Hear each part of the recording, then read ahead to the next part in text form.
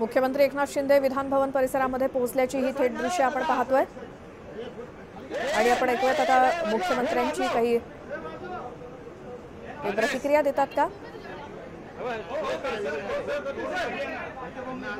मुख्यमंत्री एकनाथ शिंदे हे विधान भवनामध्ये पोहोचलेले आहेत।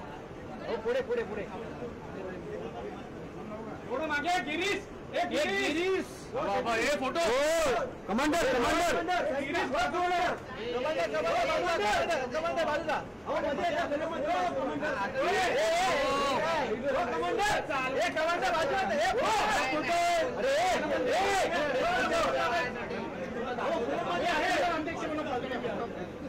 मोबाईल फोटो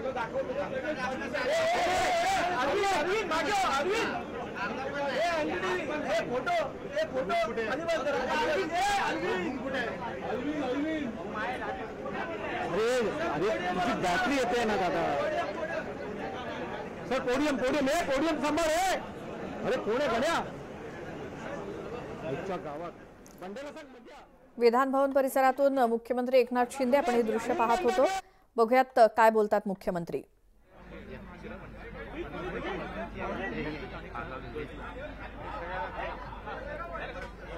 सीएम जे लाडकी बहीण योजना जी आहे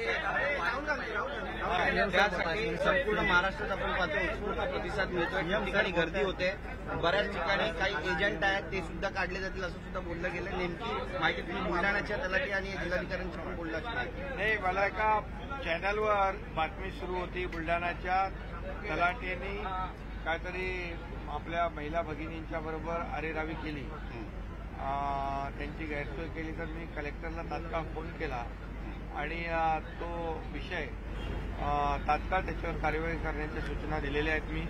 आणि कलेक्टरने मला परत फोन केला की ते प्रकरण त्यांनी हे करून त्या ठिकाणी जमलेल्या महिला भगिनींना कुठली गैरसोय होणार नाही याची काळजी खबरदारी घेतली। आणि मी एकच सांगतो, मी जाहीरपणे सर्व कलेक्टर आणि विभागीय आयुक्त यांना कालच सूचना दिलेल्या आहेत की आपल्या जिल्ह्यातल्या तहसीलदार असतील, प्रांत असतील, तलाठी असतील, कर्मचारी असतील, बीडीओ असतील, सीओ असतील, या सगळ्यांनी मिळून ही जी योजना आहे मुख्यमंत्री माझी लाडकी बहीण, ही योजना जी आम्ही जिव्हाळ्याने सुरू केलेली आहे, महिलांची जी काय आर्थिक सहाय्य महिला भगिनींना मिळायला पाहिजे 18,000 रुपये वर्षाला, एक व्यापक विचार ठेवून आम्ही ही योजना केली। त्यासोबत 3 सिलेंडर जे महिला भगिनींना अत्यावश्यक असतात। या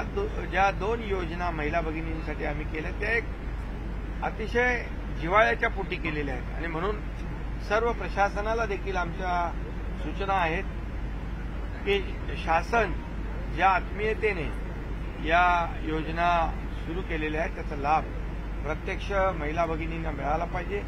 त्यांची गैरसोय होऊ नये, त्यांची अडचण होऊ नये, त्यांना कुठेही कुचंबना होऊ नये आणि त्यांच्याकडून कुणीही पैशाची मागणी करता कामा नये अशा प्रकारचे सक्त आदेश दिलेत। यामध्ये कोणी लापरवाही करेल त्याच्यावर कठोर कारवाई केली जाईल हेही आम्ही सांगितलेलं आहे। वारीतील वाहनांना टोल माफी आपल्या सरकारने केलेली आहे, काय नेमकं?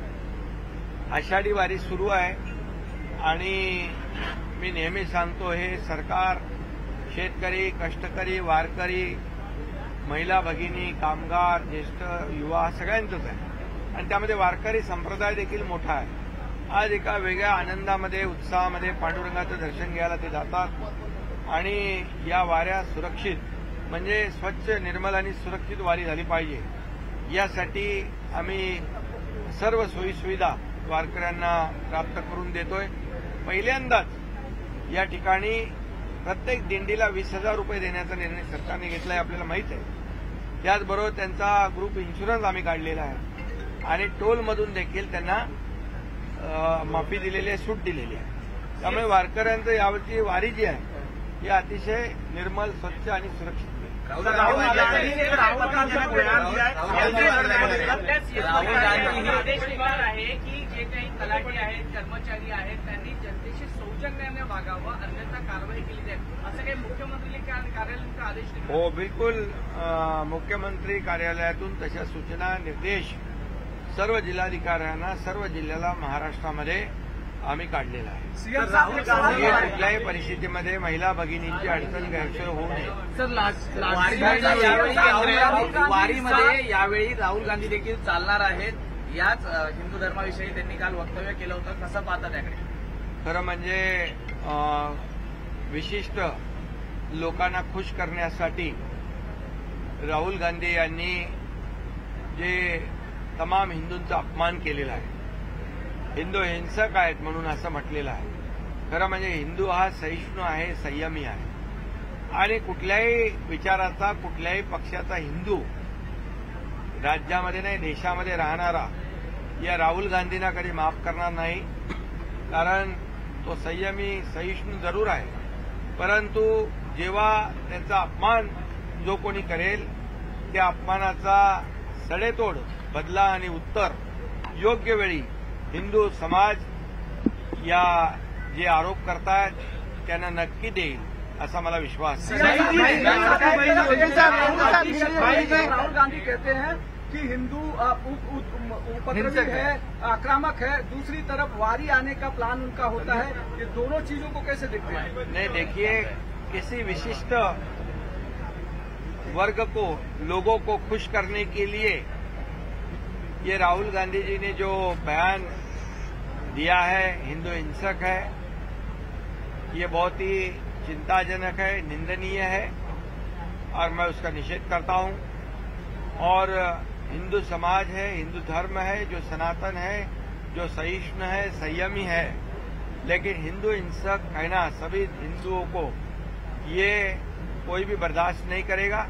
ये किसी भी विचार के हो, किसी भी पक्ष के हो, कहीं भी रहने वाले देश भर में हिंदू एक दिन ये सब जो उनके खिलाफ में उनका अपमान करने वाले बयानबाजी कर रहे हैं उनको जरूर जवाब देंगे और जरूर इसका बदला लेंगे. सीएम सर, तुम्ही जेव्हा वारीला 20,000 रुपये दिले, 3 सिलेंडर को जो देने की घोषणा हुई है राज्य सरकार की तरफ से, कब से शुरू होगी और शहरों और ग्रामीण इलाके में कैसे इसको?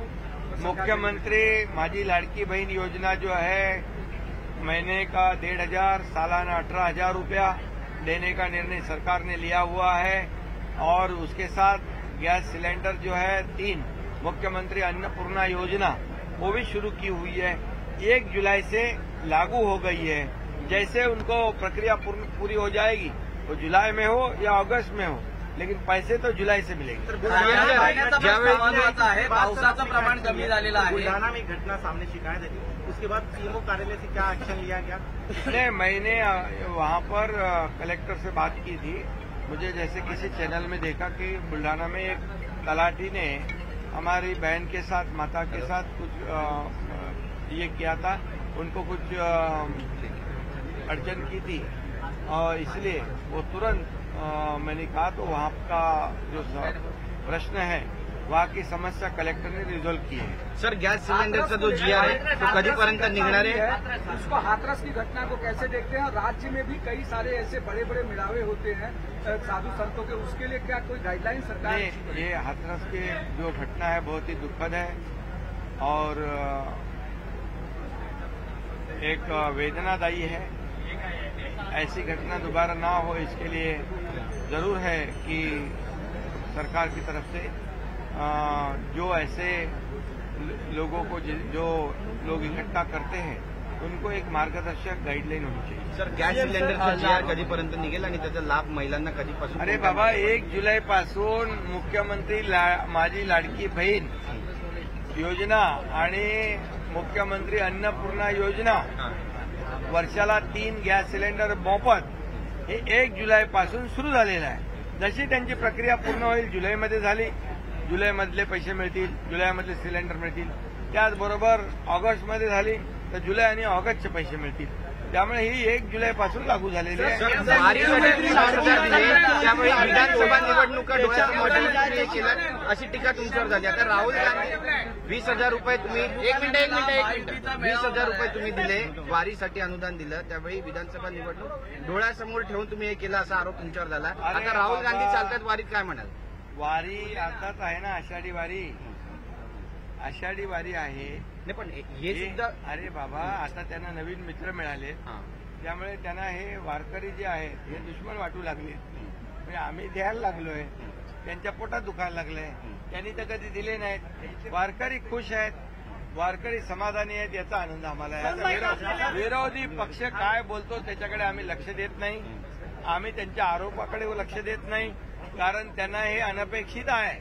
त्यांना वाटलं नव्हतं की एवढं कसं देणार, एवढं कसं मिळणार, याची आता चिंता करत येतं. त्यांची शोध मोहीम सुरू आहे.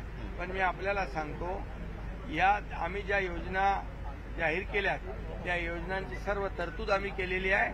सर्व योजना ज्या मुख्यमंत्री लाडकी बहीण योजना, मुख्यमंत्री अन्नपूर्णा योजना, मुख्यमंत्री युवा कार्य प्रशिक्षण योजना, मुख्यमंत्री कृषी पंप योजना, या सर्व योजना आणि मुलींना मोफत शिक्षण देण्याचा निर्णय, ह्या सर्व योजना ज्या आहेत याच्यासाठी पूर्णपणे आर्थिक तरतूद आहे.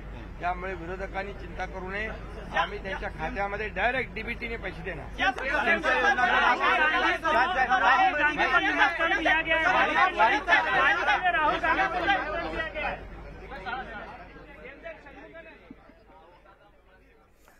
मुख्यमंत्री एकनाथ शिंदे बोलत होते विधान भवन परिसरामध्ये. अगदी मुख्यमंत्री लाडकी बहीण योजनेमध्ये महाराष्ट्रामध्ये ज्या ज्या ठिकाणी काय काय अडचणी आल्या तिथे तिथे जिल्हाधिकाऱ्यांना, तहसीलदारांना सूचना दिलेल्या आहेत असं मुख्यमंत्र्यांनी सांगितलं. आणि त्याचसोबत